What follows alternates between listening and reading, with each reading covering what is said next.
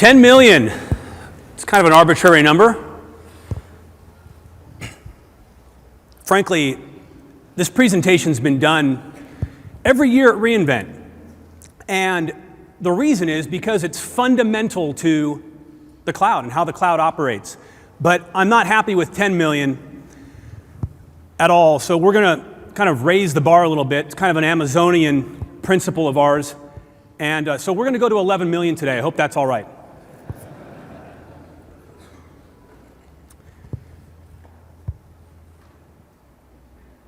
I'm told that these slides are not popular anymore. That biography slides simply aren't done much anymore, especially here in the United States. But I'm pretty vain, and I like the idea that my picture is going to be in this deck forever, and it will be, people get to see my face. So it's kind of a cool thing. I'm a solutions architect, been doing this for about 4 years now. Essentially in my job, I help customers architect for availability, for security, for cost optimization, for performance, and of course, scalability as well. You have a product. It's a really good product. You're selling it on your website, and you may get 1,000 visitors to this site every day, maybe thousands of visitors. You didn't count on the fact, though, that your kid's favorite YouTuber decided to feature your product in their vlog. Well, my daughter's going to be really happy I just used that word, by the way. I'll have to play this back for her, let her hear that I actually used it in a presentation. So what's happened now is your site needs to scale, and unfortunately, you didn't account for that. Well, after today, you're going to account for that. Now, I realize that not all of you need that type of instant scalability. Some of you have a more linear approach to the way you scale, and probably most of you have an approach like that, and that's great. You're also going to get a whole lot of value out of this as well, because the concepts in here are not necessarily things that have to be done quickly, but things that can also be done over time to prepare you for any sort of scaling events that you might have. I realize that you come from different journeys or different, some of you have been using AWS for years. Some of you may be just getting started, and this is good for all of you. I will tell you, though, that it's a 200-level course or a 200-level session, right? So it's relatively high level, relatively basic. We're going to talk about some fundamental services, but if you've been using AWS for 6 years and know a lot about our services, it's probably not the right session for you. So how do you scale? Certainly is one way. Scaling your application's a really big topic, right? There's a lot of opinions on how to do it. I'm certainly going to talk about some of the patterns that we think here are rudimentary for doing this on AWS. But when I want to learn how to do something, usually the first thing I do is I pull up my favorite search engine, I type it in, see what comes up. So let's do that. Let's type in scaling on AWS, and we're going to get over 1 million different results. I'm suggesting today that although auto-scaling is going to be a destination for us at some point, this is not where you want to start. Auto-scaling sounds great. Let me just press that easy button, I can scale my application. It'd be great if it worked that way. Auto-scaling is really easy to use and fundamental to scaling. We'll get there later. Okay, so what do we need to do? Well, first of all, let's briefly, and I mean very briefly, talk about some basics. This is probably not the first time you've seen this slide or the last time you're going to see this slide this week, because this is really, really important. It's important for you to understand that AWS has built out a global infrastructure. We currently have 14 regions around the globe, 38 availability zones, and a commitment to expand that. We've already pre-announced another 9 availability zones in 4 regions within the next year. And you'll certainly hear a lot more about that as the week progresses. If you look at the numbers inside of those regions, you'll notice that Sometimes they have a 2, sometimes they have a 3. That refers to the number of availability zones that you have available to you to build out highly available and scalable architectures. It's not trivial, it's extremely important, because these availability zones are individual physical locations within a region that are architected independently of each other. Separate redundant power, separate redundant internet, cooling, all the things that you would expect in a data center environment or a data center campus, but they're separated so that they can withstand the failure of each other. However, the one thing they share is they're connected over a high-speed, low-latency connection. You can get single-digit millisecond latency between the availability zones so that you can architect highly available applications. It used to be that for a highly available application, that meant I have something running in this rack and something running in this rack. Oh, if you were really ingenious, maybe you had a separate cage on the other side of the building. But now, you have the ability to do that in different physical locations at virtually no additional cost. Totally awesome.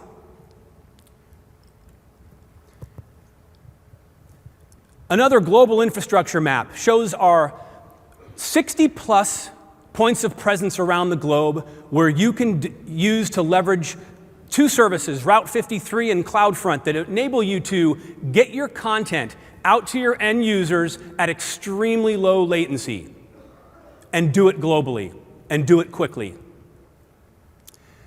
Talk more about CloudFront later. These buckets that you see here, it's funny, when I started 4 years ago, I think we had something like 13 services. Now we have services that fit all these different buckets here. And we're not obviously going to talk about them all, although they all can certainly be used in some respect to build out your highly available and scalable web application. I do want to focus on one thing in particular, though, what I think is probably the most important one, and that's here in the lower left corner, and that's solutions architects. I have a special affinity towards this because, well, that's me. Once again, my vanity showing through here. No, seriously, we're going to talk about services that fit into these buckets today. Again, just a subset of the ones that you've seen, but are going to be very important as we try to build out a scalable web application. We're not going to dive into scaling out your Hadoop cluster. We're not going to. We're specifically talking about or your data warehouse. We're specifically talking about web applications today. So those availability zones, they not only give you the ability to architect highly available applications, they've given us the ability to provide you services in which to architect highly available applications straight out of the box. In blue here, I've listed some of them. So what we've done is we have built these services and features to leverage these multi-availability zones so that simply by using them, you achieve high availability. If you look at the ones on the right-hand side there, those are services that we're going to talk about that allow you to leverage the concept of high availability and multiple availability zones with a little bit of effort on your part. All right, got to build a web app. Starts day one. What does day one in your web application really look like? Well, it looks like one user. That's you, the application developer. And you've probably built out an architecture that looks something like this. Pretty basic. Got a single Amazon EC2 instance, a virtual server in the cloud. It's got a public IP address. You've set up an entry in Route 53, our managed DNS server, or service, I should say, leveraging those 60+ edge locations around the globe. And you got a web service running on your instance, a database on there as well. And this is a fully functioning web stack. Might actually look familiar to some of you. But at some point, we need to start to scale. And one of the easiest things that you can do is get a bigger box. Really simple. Stop an instance, choose a different instance type, start it up, and now I'm running with completely new compute power, memory power, storage space, and everything. It's great. And we have a whole bunch of different instance families and instance types to choose from to meet whatever demand you have, whether it's high CPU, high I/O, high memory, GPU, whatever it might be. But you can only get so big. I mean, I can give you 128 cores. I can give you 2 terabytes of RAM. That's a pretty beefy web server. But still, I can only go so far. At some point, you're going to hit an endpoint, so we need to start to figure out what to do after we employ some of these, what we call vertical scaling. And this particular architecture of being able to scale vertically, this might actually get us to hundreds, maybe even thousands of users on this very simple existing web stack. But I've pointed out some inherent problems here. We have a number of single points of failure, with the exception of Route 53 that has these 60 edge locations around the globe. We have a number of things that we need to take care of here. So if we want to go beyond one user, I'm going to suggest one of the first things you want to do is break out that database from your web tier. And many of you are probably sitting here thinking, I probably would have done that from the get-go. And that's perfectly fine. But instantly, this gives me some scalability because now I can scale my web tier separately from my data tier. They have different requirements. They don't need to scale the same. Why not separate them out? Scale them independently from each other. So you need to run a database. Lots of options. On the left there, you can stick it on an EC2 instance and manage it yourself, probably like you're doing today if you're running in an on-premises environment. We also have fully managed databases that you can run. Amazon RDS, our relational database service. Managed Postgres, MariaDB, Microsoft SQL Server, Oracle, Amazon Aurora. DynamoDB, our managed NoSQL database. And Amazon Redshift, probably not being used for your web application, but worth mentioning here, it's our managed petabyte scale data warehousing platform. Let's talk a little bit more about Aurora. This is a service that, I think we launched it a year or two ago now. It's becoming a very fast-growing service for us. And the reason that it is because it's a heck of a lot cheaper than some of those traditional relational databases that you're used to running, those commercial databases. It's very performant, and it's got a lot of features that are really cool as far as scaling is concerned. Storage scaling, automatic storage scaling. Gone are the days of having to provision the storage ahead of time. Pay for what I use, scale automatically up to 64 terabytes. 15 read replicas I can have for my Aurora database. I'm going to talk about read replicas a little later and how they fit into our scaling model. And fully MySQL compatible. If you're running an application that's MySQL 5.6 compatible, drop-in compatibility with Aurora. I can even create Aurora read replicas from MySQL read replicas from my Aurora database. But we have a decision to make. I mentioned we've got relational data and we've got non-relational data stores. How do I choose? Well, some of you aren't going to like this, but I'm going to suggest that you start with a relational data store. And my evidence for why I think this is here. And it's interesting, as the years go by, I actually think that this list is going to change because I think that NoSQL databases are actually something that might make some more sense to start with, especially when you talk about well-worn technology, because DynamoDB, for example, has been around for a long time now. But we still live in an environment where if I want to scale a relational database, there's so much information out there. There's so many code samples and snippets and videos and information on how to make that happen. Clear patterns for scalability. The other thing is you're not going to break this relational data in your first 10 million users. It's not going to happen. Now, I do have a little asterisk in the bottom there, and that basically says, okay, listen, if you're doing something incredibly peculiar or you have a massive amount of data, there might be a place for NoSQL in your web app on day one. All right, there's 3 of you out here right now that are saying, aha, he said massive. I've got a massive amount. Okay, well, for those 3 edge cases, all right, there might be a reason for you to use a NoSQL data store out of the box. I mean, if you've got an incredible amount of data or the workload is really data intensive, we could probably make an argument that you might want to start there. But there's still going to be a place for relational data store in your environment. It's not an all or nothing thing here. You can have both of them in your environment, whatever makes sense for your particular web app. Here's some additional reasons why you might need NoSQL. Low latency applications, metadata-driven data sets. You're basically dealing with key value pairs here. I mean, if you're managing a leaderboard, for example, well, this might make sense for you.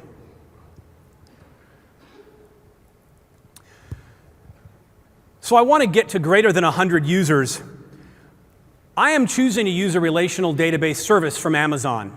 And again, out of the box, I can check a box that says, I want this database to exist in multiple availability zones.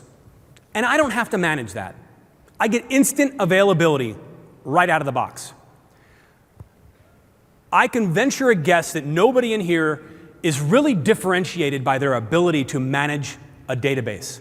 So I don't differentiate myself either that way. I am going to use the relational database service so that Amazon will manage my backups, will manage my scale, will manage my availability, and that Amazon will manage my patching for me and just the overall management of that database, and just give me a database endpoint and I can build my web app.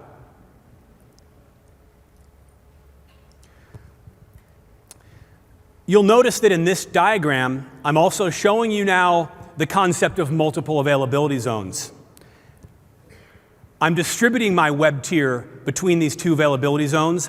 I'm also putting that slave database, that replica for high availability in that other availability zone. But I've also thrown in an elastic load balancer here. This is going to be really important too, because I want to make sure that I distribute my load evenly between the web instances that I've put here. More importantly, the elastic load balancer is highly available out of the box. Can you run your own load balancer on EC2 inside of an availability zone? Absolutely. But you have to manage the load balancer at that point and manage the availability and the scalability of it. That elastic load balancer right there will scale automatically for you as well.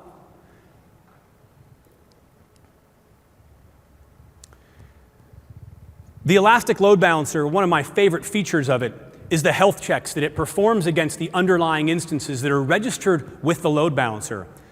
If the load balancer determines that an instance is unhealthy, it's not going to send traffic to it. It's only going to send traffic to those that are actually healthy.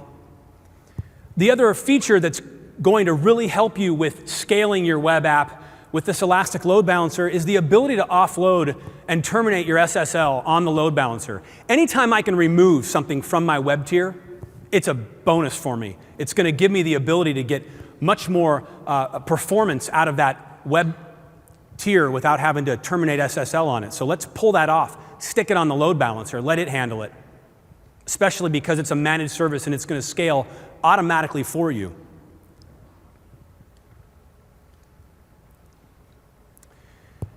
We recently announced a new member of the Elastic Load Balancer fleet called the Application Load Balancer. So now you'll probably hear references to a classic load balancer, which refers to the one I just spoke of, and now an application load balancer, which is a load balancer that operates at layer 7 and allows me to do a number of things. One of the features that our customers were clamoring for especially was the content-based routing and the ability to now send different URIs to different instances in different parts of my web tier, which is awesome. WebSockets creating those long-time connections to my web tier as well. So the Elastic Load Balancer, the application load balancer, this is what's going to give me the ability now to scale what we call horizontally. So I can use load balancing to scale horizontally. I can use different instance types to scale vertically, which is great. And these two pieces together are going to create that package that I'm looking for to help my web tier scale.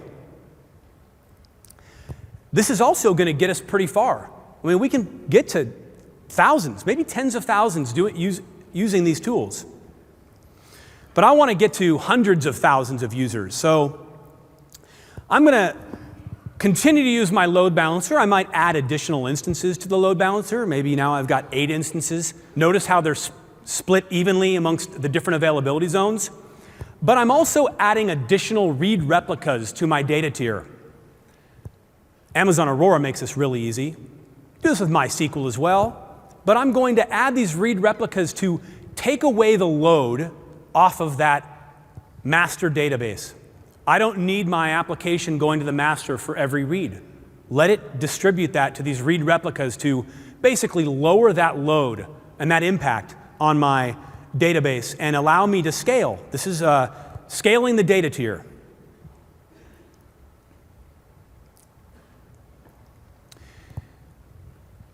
As I scale, it's going to be really important, though, that I not only consider performance, but I also need to consider all the different cost implications as well. So we want to get a little more performant and a little more efficiency. So let's kind of clean this up a little bit. We're going to lighten the load.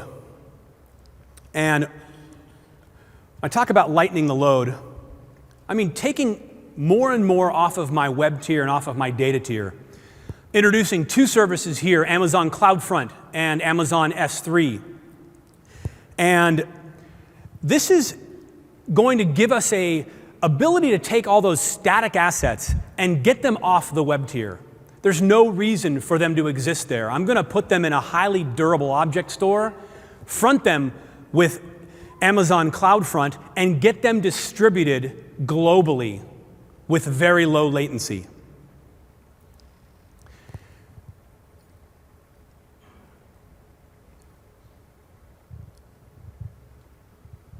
This is the same diagram. I've kind of simplified it a little bit to get rid of some of the arrows, but this is what it would look like in a single availability zone fashion. But of course, I always want to architect for high availability. S3. S3 was architected for 11 nines of durability. 11 nines of durability. Can anybody even comprehend what that equates to? If you're storing 10,000 objects in S3, we're saying that we might lose one in 10 million years. It's pretty phenomenal. It's highly durable. Awesome for static assets. I'm only paying for what I'm using, so it's not something that I have to provision ahead of time. Infinitely scalable, and I can encrypt the data there. It's a great place to put all of that static content. And of course, I'm going to front that with CloudFront to get that out to my edge locations. Notice that I said static content earlier. CloudFront also is great for dynamic content. I can create TTLs as short as 0. Why would I want to do that? Why would I want every request coming back to my origin to grab that content? Because CloudFront actually optimizes the connection to the origin and gets that dynamic content out to your end users with that same low latency.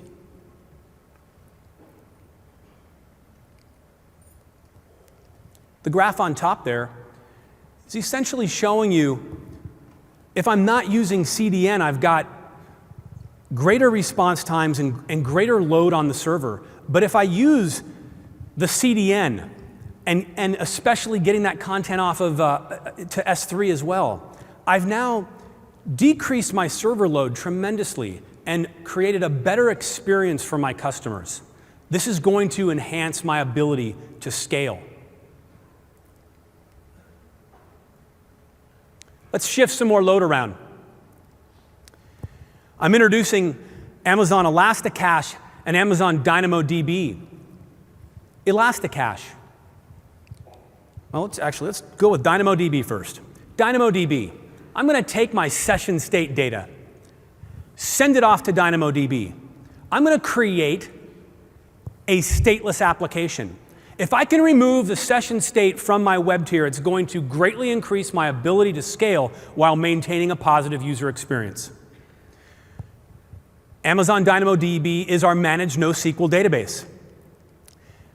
You can provision the level of throughput with DynamoDB. You actually can provision the reads and the writes separately from each other. How cool is that? I get to determine how much performance I need to get, tell them how much I want, and have that performance. I'm also getting single-digit millisecond latency, low single-digit millisecond latency, consistently.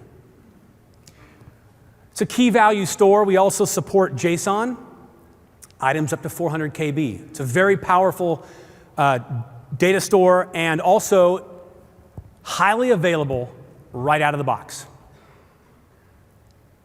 Amazon Elasticache, managed Memcached and Redis. Managed. That means that you don't have to manage these clusters yourself. With Redis, we even have highly available architectures leveraging those multi-availability zones that you can configure. Self-healing. We manage the clusters. So if nodes are not performing, we'll replace them for you. I want to use this in my web stack to get my high access queries sitting off of my data tier. I don't need to keep going back to the data tier for the same queries over and over again. I'm going to store them in this cache. Better user experience, better ability to scale. Here I'm showing you that CloudFront is now going to go to my Elastic Load Balancer and now start serving that dynamic content as well. I'm also going to send those queries from my data tier into Elasticache, and I'm going to offload my session state data to DynamoDB.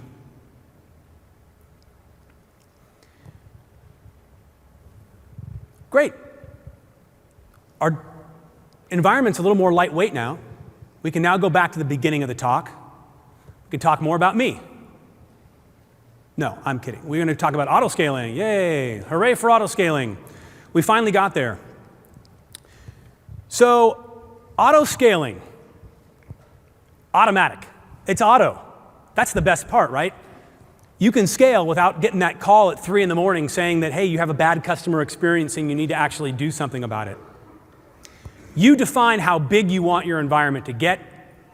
You define what it is that's going to trigger that event. You're using CloudWatch, our monitoring service, to determine when you want to scale. Because we don't know. You might want to scale because CPU utilization of your instances has gotten to a certain point. You might want to scale because queue depth has gotten to a certain point. Maybe there's something specific in your application that you want to scale on, and you want to send a custom metric into CloudWatch and scale upon that. You have the ability to do that as well.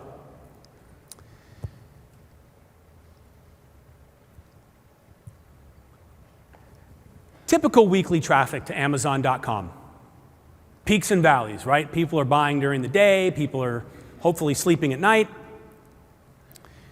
If we wanted to provision capacity to meet this demand, we'd probably provision it there, right? We want to make sure that we always have enough capacity to meet the demands of our customers, so we'd provision it there. How about this? This might look like something that just happened, right? A couple of really large peaks there at the far right. Maybe Black Friday, maybe Cyber Monday. If we needed to provision for this capacity, that would be a lot of waste. We don't want to do that. Wouldn't it be nice if we could always provision the level of capacity that we needed to meet the demands of our customers? Just-in-time provisioning. That's what auto-scaling lets you do. No more over-provisioning of resources. So here's our architecture. I apologize for all the lines. It makes it look a little bit messy, but it's important. It's basically just showing my web tier, hitting the read replicas and hitting the databases and hitting the data cache and whatnot. But you'll notice I've now created a white dotted line around my web tier and my different availability zones. And that's my auto-scaling group. In fact, right now you'll notice I actually have 2 auto-scaling groups, one in each availability zone. And frankly, I don't like that. I want my auto-scaling group to span my availability zones. I have no reason for adding instances to one availability zone and not another. I want to do this in parallel. It's great for scalability and great for availability as well. So now, when my web tier, when CloudWatch monitors my Elastic Load Balancer and says, I'm noticing that the average CPU utilization of Joel's web tier has gotten to 80%, and it's been like that for 5 minutes, I'm going to add additional capacity. Maybe I'm adding a certain number of instances. Maybe I'm adding a percentage of instances. It's also important that for every scale-up policy that we have, got to have a scale-down policy. Well, you don't have to have it. We're happy to take all your money. But I'm suggesting that to optimize for cost and to always have just the right number of instances to match your demand, you want to have a scale-down policy as well.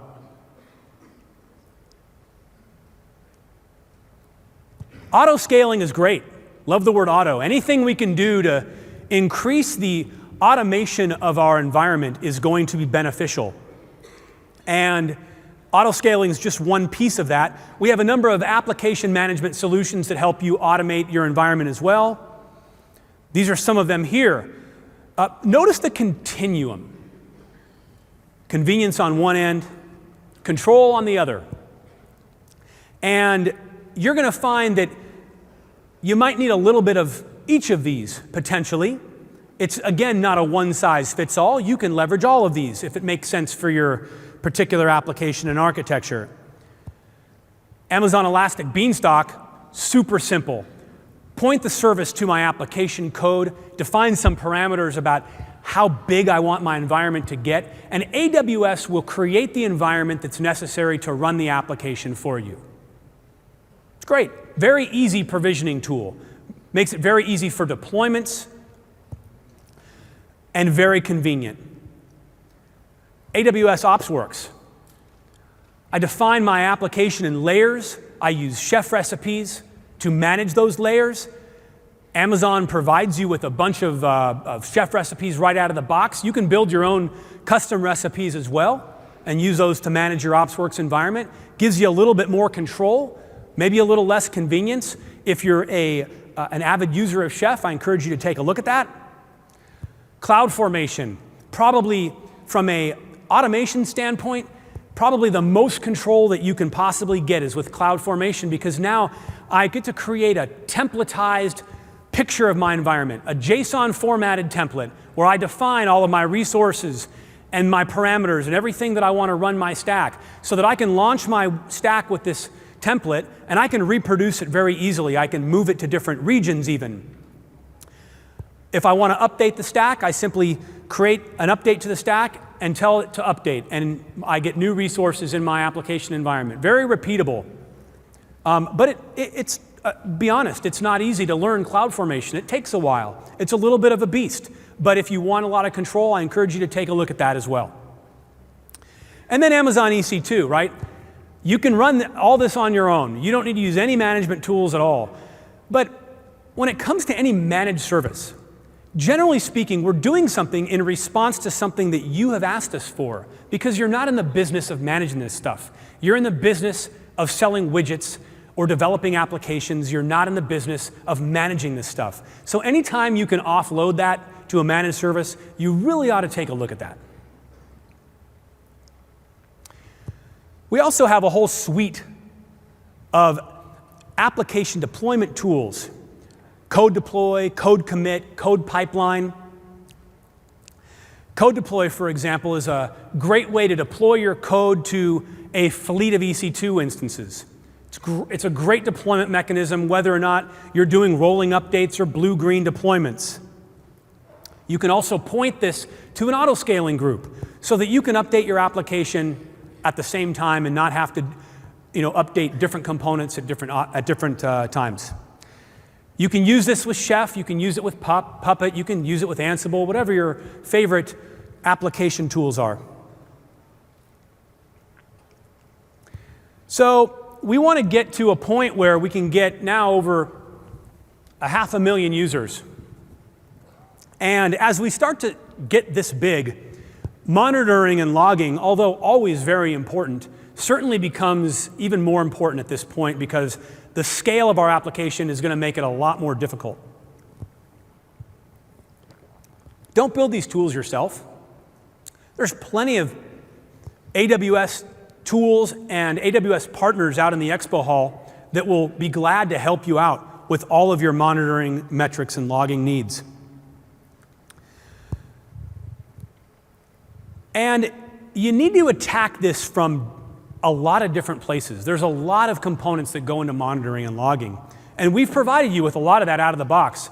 For example, you can leverage ELB logging and VPC flow logging and S3 bucket logging and CloudFront logging. There's CloudWatch logs. You can even send your application logs to CloudFront logs and trigger events based on that to do something. There's a lot of functionality you can get inherently in AWS. And then you might want to leverage tools outside of AWS to visualize the logs. Maybe you're comfortable building out your Elk stack to do the visualization. Maybe you want to use one of our partners out in the expo hall. But again, there's lots of different types of metrics that you want to collect. Collect them at the host. Collect aggregate metrics, right? Figure out what all my instances are doing. You got to analyze the logs to figure out, really what's going on within your application. And I think the one that gets overlooked a lot is the one on the bottom right. Like, it's great if everything looks great from the inside. I'm logging and monitoring and everything's great. Low CPU, low this, application's performing great, but you know what? My users can't access the app. I need to know what that looks like from the outside. This particular screenshot comes from Pingdom, where it's basically just trying to figure out what the application looks like from the outside.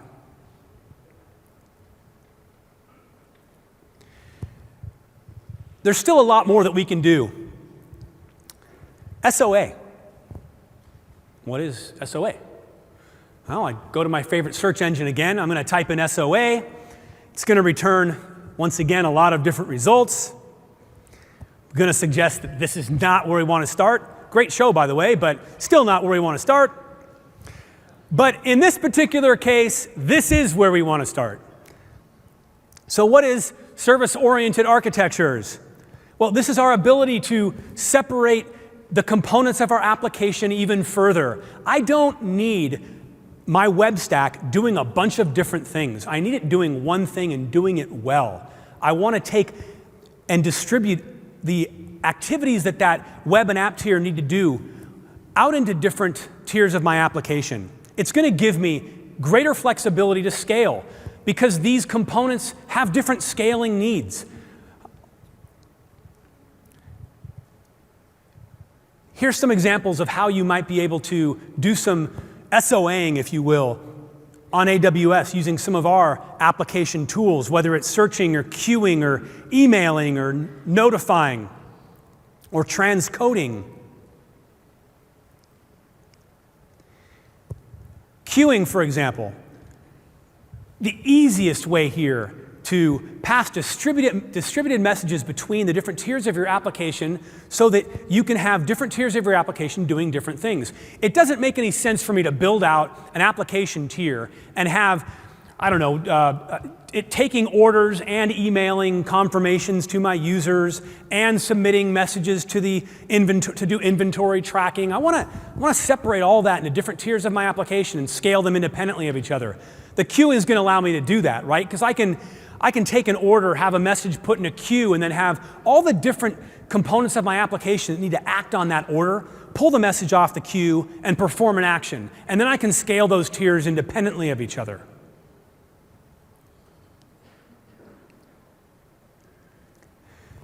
Lambda, AWS Lambda. This is a service that we announced a couple years ago. I think it went GA maybe last year. And I'm very excited to be able to say this because I didn't think I'd get to hop on the bandwagon in my session today, but serverless. I think that's like the theme of the conference this year, serverless architectures.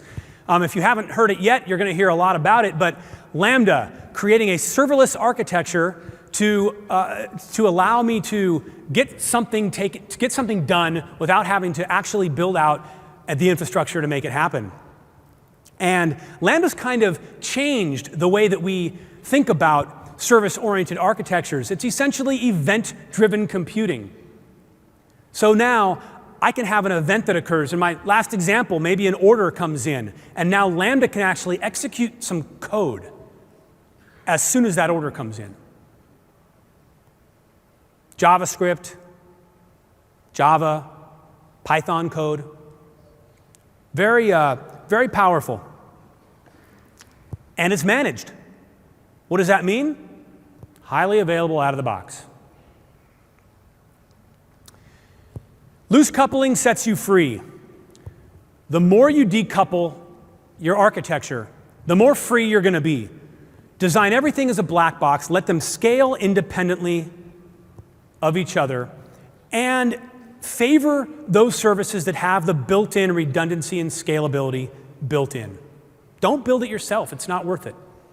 You're going to find that this is much more cost-effective and performant for you to do it this way. All right, we're getting somewhere. We're getting to the point where we can start to think about supporting over 1 million users.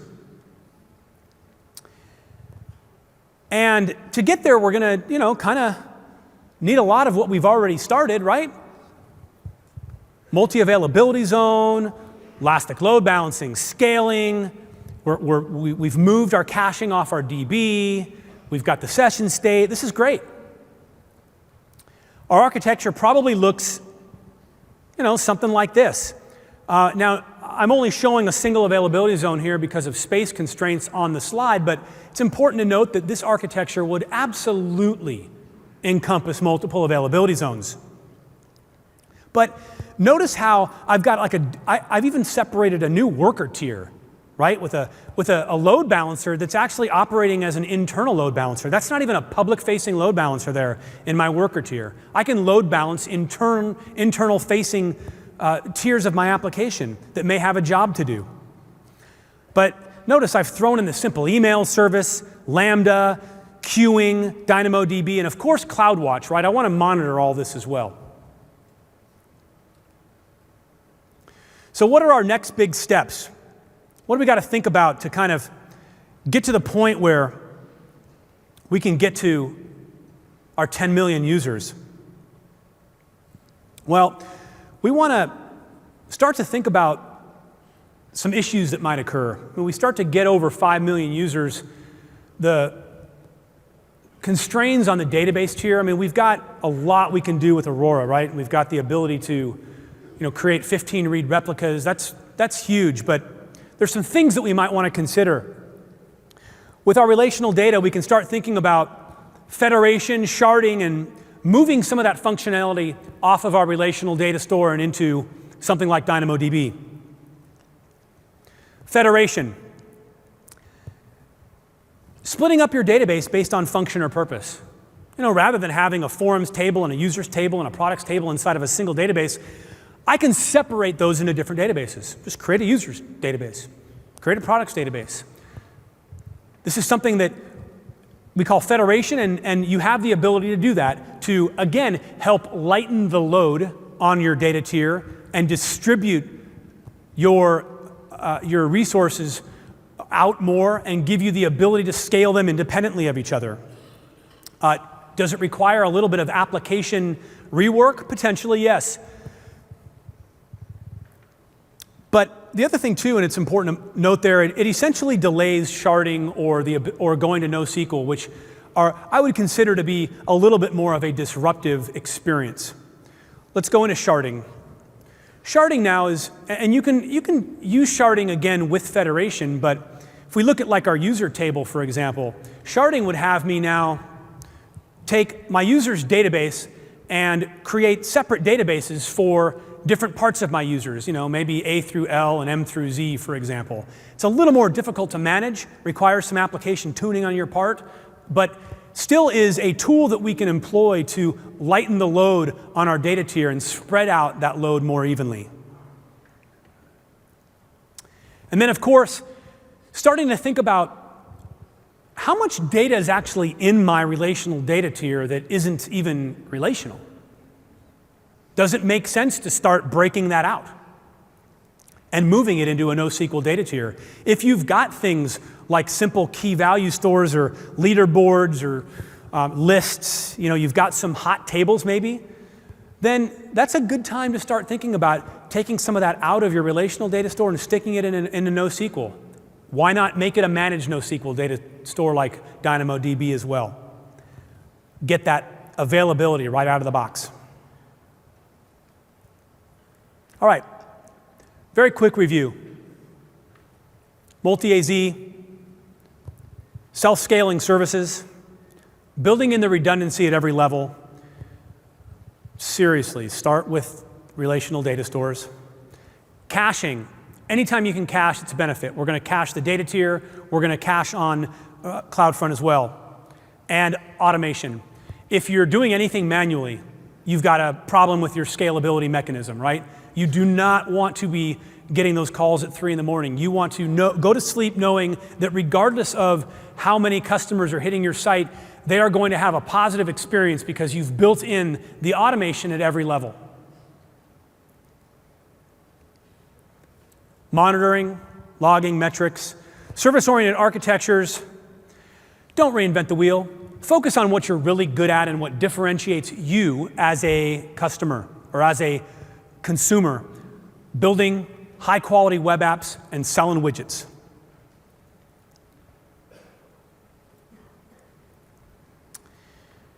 So I think with this, we can probably get to 11 million users, 10 million users and beyond, really to infinity.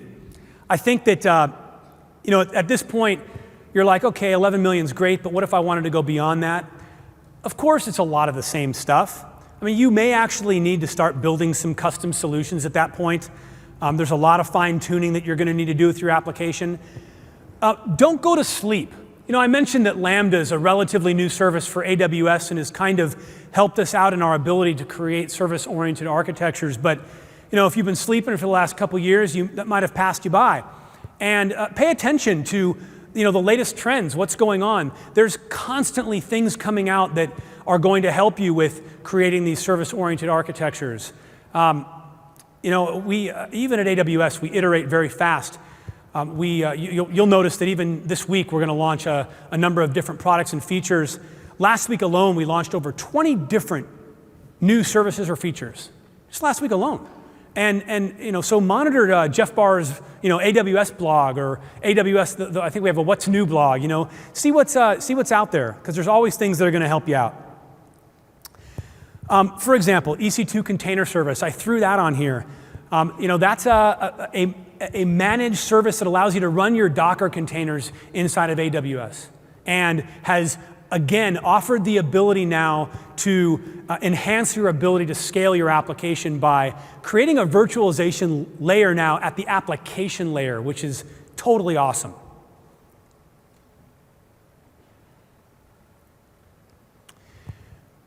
As I mentioned, lots of things to read. I didn't put the blog on here, I probably should have, but you'll notice they all start with aws.amazon.com. Lots of places to start. The free tier, for those of you that haven't yet even dipped your foot in the pool, I encourage you to use the free tier, and you can do a lot of things without actually incurring a single dime. And the forums for support and information. And of course, talk to your account manager and your solutions architect. And my last opportunity to get my picture in there. Thank you very much.